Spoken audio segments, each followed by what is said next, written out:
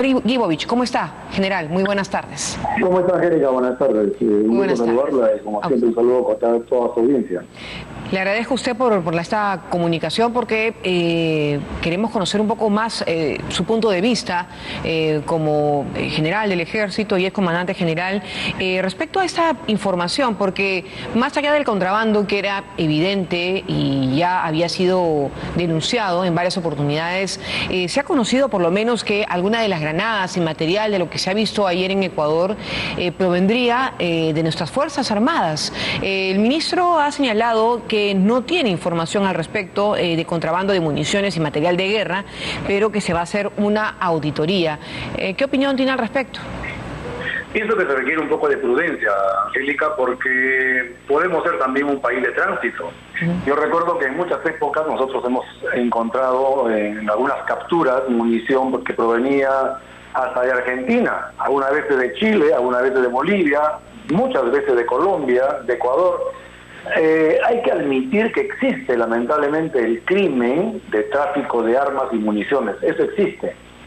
Pero cuanto más rápidamente se haga la auditoría y más rápidamente se verifican los inventarios y se pueda contrastar las armas o municiones encontradas en Ecuador con presuntas faltantes en nuestros almacenes, ahí podríamos corroborar. Y yo digo que esto tiene que ser rápidamente porque hay que pararlo. De un lado porque el daño que está causando, pero sobre todo por el daño que puede causar. Las armas o municiones o granadas que son sustraídas definitivamente van a parar a manos de criminales y eso va a costar vidas. Por eso cuanto más rápido se investigue, más rápido se determine las responsabilidades, mucho mejor. Y de otro lado, yo creo que aquí hay un espacio para el Parlamento para que se legisle. Yo soy de la idea que en estos casos debería ser prisión perpetua para aquel que trafique con armas y municiones. Pero no deja de preocuparme otra cosa. En el Ejército y en la Fuerza Armada, cuando se pierde una munición o una granada, hay investigaciones muy exhaustivas y las sanciones son muy severas. Un oficial o un suboficial puede perder su carrera si es que pierde su pistola o pierde un armamento. Entonces, me suena extraño que se atribuya a las Fuerzas Armadas o al Ejército del Perú tales responsabilidades, porque nos habríamos enterado, y al menos en el Ejército uno se entera rápidamente si es que se pierde un fusil, porque de inmediato hay una investigación muy estricta y muy rápida hasta que se logre recuperarlo. Por eso me parece que de un lado prudencia, pero rapidez en la investigación, ¿no? Claro que sí. Sin embargo, esta información, general, si me permite, ya ha sido denunciada en algunas oportunidades, ¿no? No es una novedad ni algo oculto que efectivamente hay malos elementos, que son pocos felizmente, pero hay malos elementos dentro de las Fuerzas Armadas. No es la primera vez, por eso que podría decirse que llama un poco la atención que recién se habla de una auditoría cuando es algo que ya se debiera haber estado haciendo desde hace mucho. No, las auditorías son frecuentes, ¿ah? No es que no, yo le digo por lo que ha dicho el ministro de Defensa, no le ha dicho que se va a empezar a hacer una auditoría. Claro, ante los indicios de que podría haber munición fuera del país, de procedencia de Perú, tienen que hacer un nuevo inventario, una nueva auditoría, porque las auditorías son parte rutinaria, diaria de los almacenes, donde se guardan armamentos, se guardan municiones. Todos los días se verifica el armamento y la munición. El armamento que sale al campo para entrenamiento, luego es internado, igual con la munición, y se contabiliza. Por eso posiblemente hay alguna brecha, y si es que existe, tiene que investigarse rápidamente para cerrarla. Pero la auditoría tiene que hacerla de todas maneras. Algo no está bien. Y sería momento para que también se automaticen los procesos, ¿no? El control de stocks hoy día, con toda la informática que existe, esto está automatizado en muchos países del mundo y sería buena ocasión para dar ese paso y no tengamos que estar verificando todavía en cuadernos o contando, cuando el control de stock puede ser automático y en tiempo real. General, entonces no está automatizado. ¿Nos puede comentar un poco respecto a cómo se controla justamente el ingreso y salida de armamento? Porque digamos que como bien dice usted, ya en estos tiempos todo debería estar automatizado, ¿no? Claro, a lo que me refiero es que cada munición debe tener un código, cada una, un código, y en las puertas hoy día, en los almacenes grandes, tú pones un sensor y sabes qué número de artículo está saliendo. A ese nivel de precisión me estoy refiriendo, ¿no? Pero también es un tema que pasa por el legislativo. Yo exhorto a la Comisión de Defensa del Congreso a que se dicten medidas y cuando haya tráfico de armas que se sustraigan de los cuarteles y que vaya a atentar contra la vida de gente inocente, sea de donde fuese, yo creo que deberíamos ir hacia la prisión perpetua. Tenemos que ser drásticos en esto, ¿no? En el Perú, lamentablemente, muchas veces hemos estado mirando de costado, un poco de perfil, y la teoría del pobrecito, y no somos drásticos cuando hay que serlo.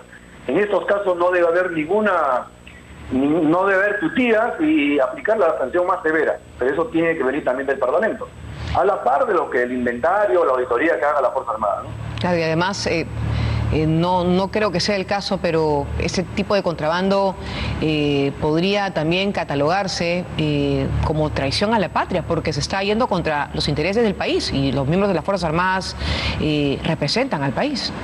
Sí, pero manifesté al comienzo, Angélica, que hay que ser prudentes, fíjate, si es que existe algún arma, una granada del Perú fuera de sus fronteras, tiene que constatarse de que efectivamente se esté faltando dentro de los almacenes nuestros. No vaya a ser que seamos países o zona de tránsito también, pero que se investigue, pero tiene que ser rápidamente. Claro, pero usted también, estoy seguro que usted también ha seguido las informaciones que han llegado desde Ecuador que detallan, hablan sobre la impresión, por lo menos en alguna de las cosas incautadas ayer, que tendrían justamente alguna identificación o algo que les determinan el origen, ¿no? O sea, obviamente con cuidado y con mucha cautela, pero es lo que se está informando en Ecuador, ¿no? Ahora tiene que verificarse si es que si he visto una granada con algún símbolo de la Fuerza Armada peruana. Exacto. Es una granada, me parece, de procedencia checa. Tendría que verificarse y eso tiene que ir rápidamente al detalle, ¿no? De qué almacén, de qué brigada, de qué batallón, de almacén central, de dónde ha salido. Porque eso significaría que hay alguna brecha y que hay que subsanar rápidamente. Y si es que ya se produjo, eso hay que frenarlo de inmediato y sobre todo prever que nunca más suceda, porque estamos hablando de violencia y si hay munición que se está traficando en el Ecuador, imagínense de qué manera podría suceder al interior de nuestro país, que es mucho más fácil el presunto tráfico de armamento y munición, ¿no? Es altamente riesgoso y atentatorio. Sí, definitivamente sí. Para que quede claro, general, quizás usted nos puede un poco describir cómo es que se controla justamente, si puede precisarlo, por favor, el ingreso y salida del material de guerra de las bases militares. Usted nos ha dicho que tienen una especie de sensor, pero si nos puede precisar para que quede claro para los televidentes de Canal N. A ver, fíjate, el material que se emplea con fines de operaciones suelen estar en centros de municionamiento. Y esos centros de municionamiento pues tienen controles, tienen cámaras que te vigilan las 24 horas, internas, externas, pero también hay almacenes de la munición que se emplea diariamente para instrucción y entrenamiento. Ahora, en cada almacén pequeño, de una sección, de una compañía, de un batallón o de cualquier otra unidad del ejército, tiene un almacenero responsable que hace el control de stock diariamente. O sea, los fusiles salen para entrenamiento y luego retornan a los almacenes. La munición que sale debe ser contabilizada, la que se va a emplear de acuerdo a los planes de instrucción, y luego debe retornar aquella que no se emplea. Pero alguna brecha, si es que esto ha sucedido, alguna brecha de inseguridad debe existir y se tiene que subsanar rápidamente, ¿no? Y detectar, ¿no? Ojalá que pronto tengamos información al respecto, que esta auditoría sea o tenga resultados lo antes posible para establecer, de ser el caso, responsabilidades. General, quería también tener su comentario respecto a lo que ha señalado el ministro de Defensa también hace algunos instantes. Según lo que él ha comentado, aún no considera el gobierno necesario establecer un cierre de frontera para no perjudicar el comercio. ¿Usted coincide con el ministro de Defensa o cree que es momento de cerrar la frontera? Mientras el cierre de fronteras tenga fines de seguridad, yo estoy totalmente de acuerdo. Lo que pasa es, por ejemplo, Huaquillas y Aguas Verdes entre Perú y Ecuador. Sí. Al frente viven familias que tienen familias al frente en el lado peruano. Esa familia tiene que transitar diariamente, ¿no? O sea, unos van al colegio a un sitio o pasan el puente para ir al colegio o para comprar el mercado. Ese tipo de tránsito yo creo que no lo podríamos restringir en estos momentos, siempre y cuando esté bajo control, ¿no? O sea, hay que controlar. Pero lo que tenemos que afinar son los controles no oficiales. Ahí tenemos que controlar más, ¿no? O sea, se habló de 16 pasos donde existen policías. Pero yo estoy seguro que son más de 70 los pasos que existen entre Perú y Ecuador, en esa zona de Tumbes y Piura. Pero entonces, el ministro ha identificado 5 puntos críticos, no lo ha dicho por obviamente temas de inteligencia, pero él dice que la evaluación que han hecho es que de los que todo lo que usted describe, que efectivamente es una línea de frontera bastante extensa, ¿no? Pero él solamente describe 5 puntos críticos. Bueno, entre ciudades pobladas de Piura y de Tumbes posiblemente puedan ser 5 o quizá más, pero los 5 puntos críticos debe ser producto de una evaluación que ellos han realizado. No conozco los condimentos que han empleado para hacer el diagnóstico, pero podrían ser muchos más. Pero cuando actúa la Fuerza Armada y se le da este tipo de responsabilidades, ellos saben perfectamente qué es lo que tienen que hacer, ¿no? 5 puntos críticos donde tiene que ponerse el énfasis, lo cual no quiere decir que los otros puntos no sean controlados. Eso debe quedar en claro para toda la ciudadanía y para la tranquilidad de todos, ¿no? O sea, la Fuerza Armada, cuando asume estos roles, tiene planes y sabe perfectamente dónde tiene que poner el énfasis. Estos son los críticos, pero eso no significa descuidar a aquellos otros puntos que sin ser críticos también son importantes, ¿no? Entonces hay una categorización que es producto de un análisis estratégico, ¿no?